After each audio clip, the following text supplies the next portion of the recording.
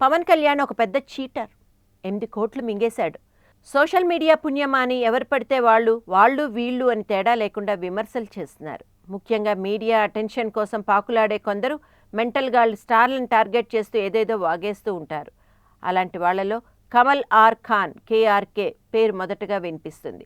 బాలీవుడ్ నటుడు, నిర్మాత, విమర్శకుడిగా పేరున్న ఇతగాడు తనని తాను పెద్ద క్రిటిక్గా డప్పు వాయించుకుంటాడు. ఏ సినిమా రిలీజ్ అయినా దానిపై రివ్యూలు ఇస్తూ తనకంటే గొప్ప క్రిటిక్ లేడంటూ భజన కొట్టుకుంటాడు. సర్దార్ గబ్బర్ సింగ్ రిలీజ్ సందర్భంలో ఇతగాడు పవన్ కళ్యాణ్పై బోల్డెన్ విమర్శలు చేశాడు. పవన్ పవర్ స్టార్ కాదని పెద్ద ఫ్లాప్ స్టార్ అంటూ ట్వీట్లు చేశాడు. ఇప్పుడు ఏకంగా పవన్ ఒక పెద్ద చీటర్ అంటూ మరో సంచలనానికి తెరలేపాడు. కాటమరాయుడు సినిమా విడుదలకు ఒక రోజు ముందు ట్విట్టర్ వేదికగా కేఆర్కే ఒక ట్వీట్ చేశాడు.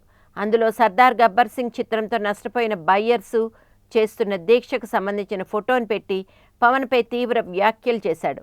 పవన్ కళ్యాణ్ కేవలం ఫ్లాప్ హీరోనే కాదు, ఇప్పుడు ఒక పెద్ద చీటర్గా మారాడు. ఆయన దిలీప్ టండన్ అనే డిస్ట్రిబ్యూటర్కి 8 కోట్ల మేర మోసం చేశాడు అని కేఆర్కే ట్వీట్ చేశాడు.